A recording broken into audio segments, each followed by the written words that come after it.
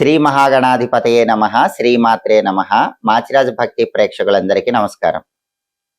జ్యోతిష శాస్త్ర పరంగా ఫలితాలు చూసుకునేటప్పుడు గోచారానికి ప్రత్యేకమైన ప్రాధాన్యత ఉంది. గోచారం అంటే ఎప్పటికప్పుడు గ్రహాల సంచారంలో వచ్చే మార్పును బట్టి ఫలితాలు చూసుకుంటే దాన్ని గోచారం అంటారు. ఈ గోచార ఫలితాలనే రాశి ఫలితాలనే పేరుతో కూడా పిలుస్తారు. ఈ రాశి ఫలితాలు రెండు రకాలుగా ఉంటాయి, జన్మరాశి, నామరాశి. అయితే జన్మరాశికైనా నామరాశికైనా ఫలితాలు చూసుకునేటప్పుడు ప్రధానంగా దీర్ఘకాల సంచారం చేసే గ్రహాలు గనక మారినట్లయితే ఫలితాలు ఎక్కువ కాలం ఉంటాయి.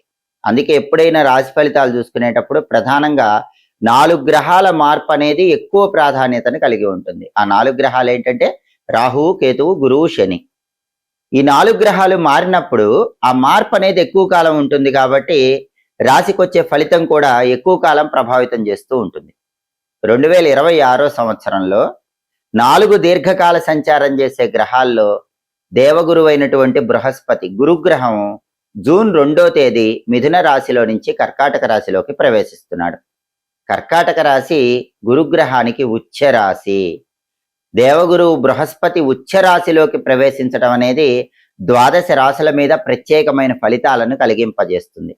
కాబట్టి గురువు జూన్ 2వ తేదీ మిథున రాశిలో నుంచి కర్కాటక రాశిలోకి మారటం వల్ల 12 రాశుల వారికి ఎటువంటి ప్రభావం కలుగుతుందో ఈ వీడియోలో మనం తెలుసుకుందాం.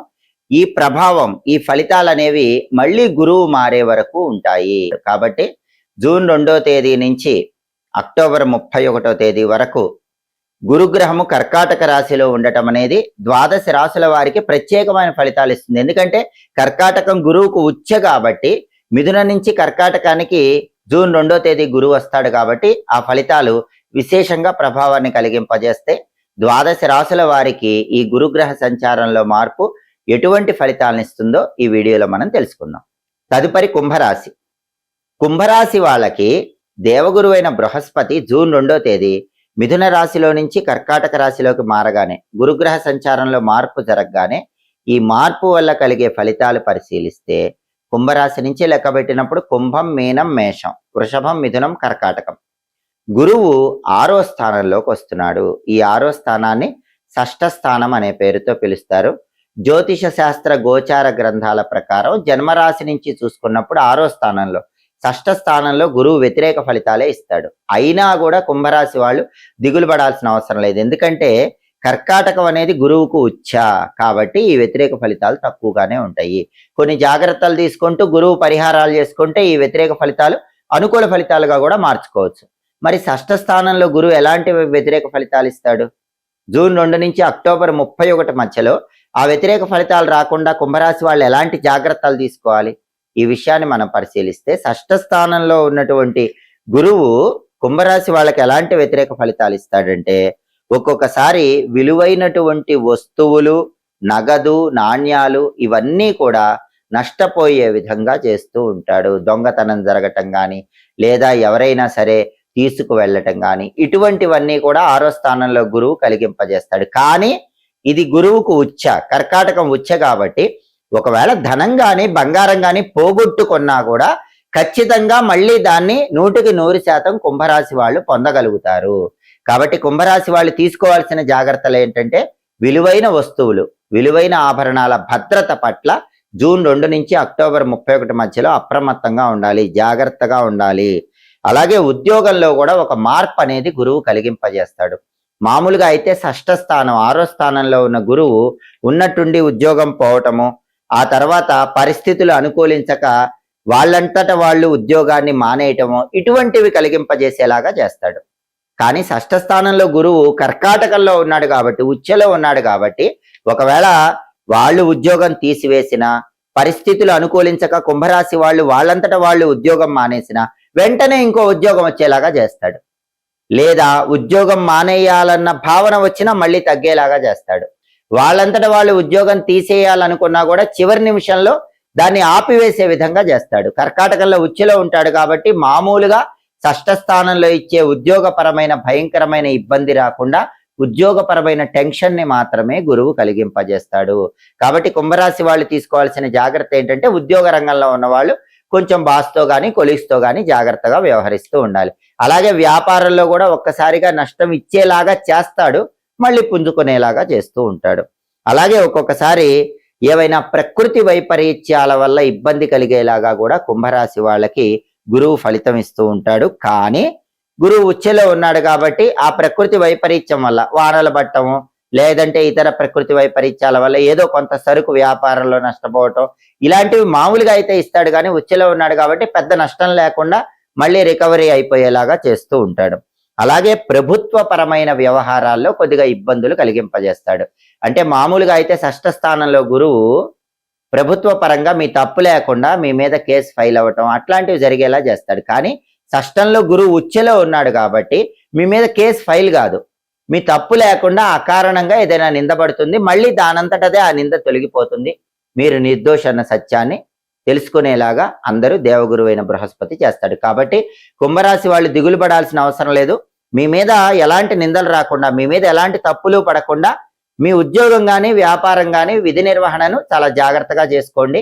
అలాగే బాస్తో కానీ కొలీగ్స్తో కానీ జాగ్రత్తగా వ్యవహరించండి. అప్పుడు షష్ఠ స్థానంలో గురువు ఇచ్చే చిన్న చిన్న వ్యతిరేక ఫలితాలు కూడా రాకుండా గురువు ఉచ్ఛలో ఉండటం వల్ల కలిగేటటువంటి అనుకూల ఫలితాలనే పొందవచ్చు. ఈ చిన్న చిన్న వ్యతిరేక ఫలితాలు కూడా తొలగింపజేసుకోవాలంటే కుంభరాశి వాళ్ళు గురువుకు సంబంధించిన శక్తివంతమైన పరిహారాలు చేసుకోవాలి. జూన్ 2వ తేదీ దేవగురువు అయిన బృహస్పతి మిథున రాశిలో నుంచి కర్కాటక రాశిలోకి ప్రవేశించగానే గురువు కర్కాటక సంక్రమణం జరగగానే ఈ కర్కాటక సంక్రమణం అనేది 12 రాశులలో కొన్ని రాశులకు అనుకూల ఫలితాలు కలిగింపజేస్తుంది, కొన్ని రాశులకు వ్యతిరేక ఫలితాలు కలిగింపజేస్తుంది. అయితే అనుకూల ఫలితాలు రెట్టింపు కావటానికి, వ్యతిరేక ఫలితాలు పూర్తిగా తగ్గింపజేసుకోవటానికి 12 రాశుల వారు గురువుకు సంబంధించిన కొన్ని శక్తివంతమైన పరిహారాలు చేసుకోవాలి. ఈ గురువు కర్కాటక సంచారం అనేది జూన్ 2వ తేదీ నుంచి అక్టోబర్ 31వ తేదీ వరకు ఉంటుంది. అంటే జూన్ 2 నుంచి అక్టోబర్ 31 వరకు గురువు కర్కాటకంలోనే ఉంటాడు.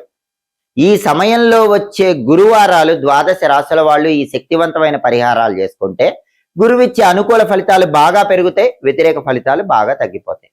గురువుకు సంబంధించిన శక్తివంతమైన పరిహారాల్లో మొట్టమొదటి పరిహారం ఏంటంటే, ఈ సమయంలో అంటే జూన్ 2 నుంచి అక్టోబర్ 31 మధ్యలో వచ్చే గురువారాల్లో 12 రాశుల వాళ్ళు ఈశాన్య దీపాన్ని వెలిగించాలి.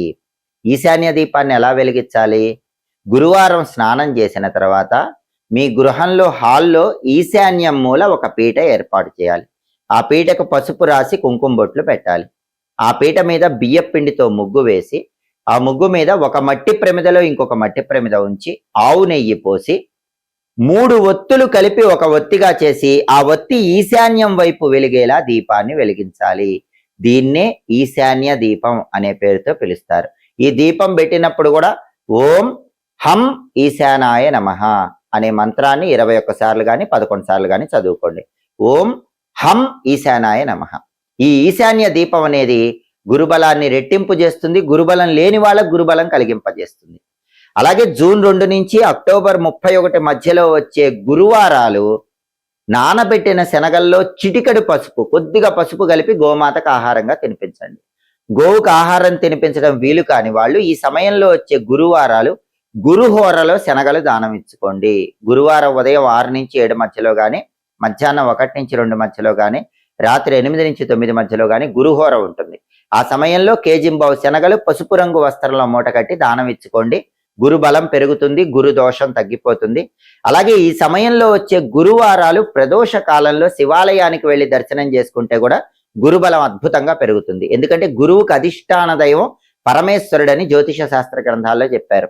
అందుకే సాయంకాలం 5:15 నుంచి 5:45 మధ్యలో ప్రత్యేకంగా ఈ సమయంలో వచ్చే గురువారాలు శివాలయానికి వెళ్ళి దర్శనం చేసుకుంటే మంచిది. లేదా సాయంకాలం పూట 6 గంటలకు కానీ 7 గంటలకు కానీ మీకు వీలైనప్పుడు 5:15 తర్వాత 8 లోపు ఎప్పుడైనా సరే శివాలయానికి వెళ్ళి దర్శనం చేసుకోండి. శివాలయ ప్రాంగణంలో కొబ్బరి నూనెతో దీపం వెలిగిస్తే కూడా అద్భుతంగా గురుబలం పెరుగుతుంది.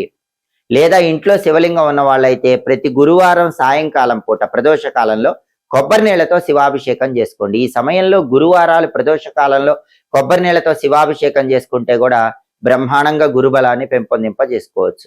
అలాగే జూన్ 2 నుంచి అక్టోబర్ 31 మధ్యలో వచ్చే గురువారాలు ఉపవాసం ఉండండి. ఇదైతే చాలా సులభం. ఎందుకంటే దానాలు ఇవ్వటం, ఆవుకు పెట్టడం ఈశాన్య దీపాలు వెలిగించుకోవటం, శివాలయ దర్శనం చేయటం, ఇవన్నీ కుదరని వాళ్ళు కనీసం ఈ సమయంలో వచ్చే గురువారాలు ఉపవాసం ఉండండి. ఉపవాసం ఎలా ఉండాలి?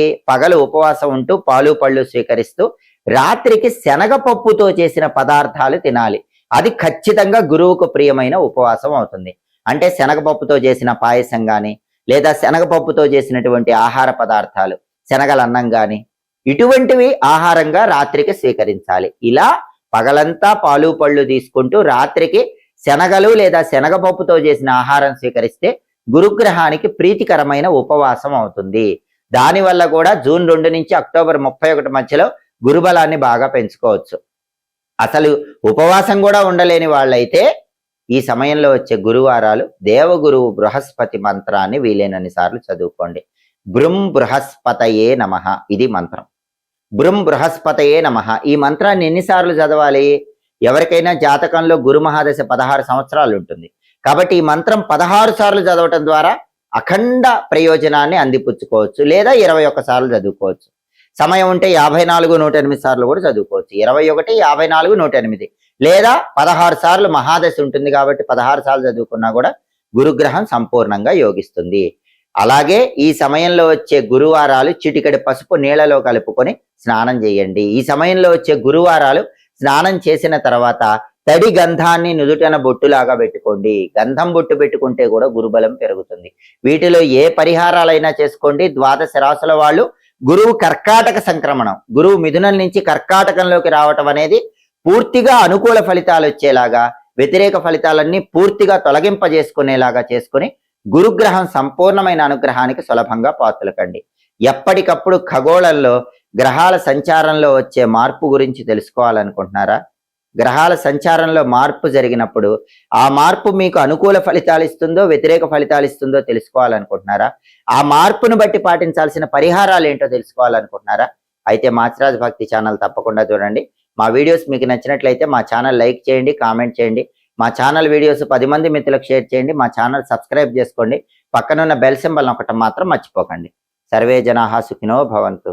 స్వస్తి.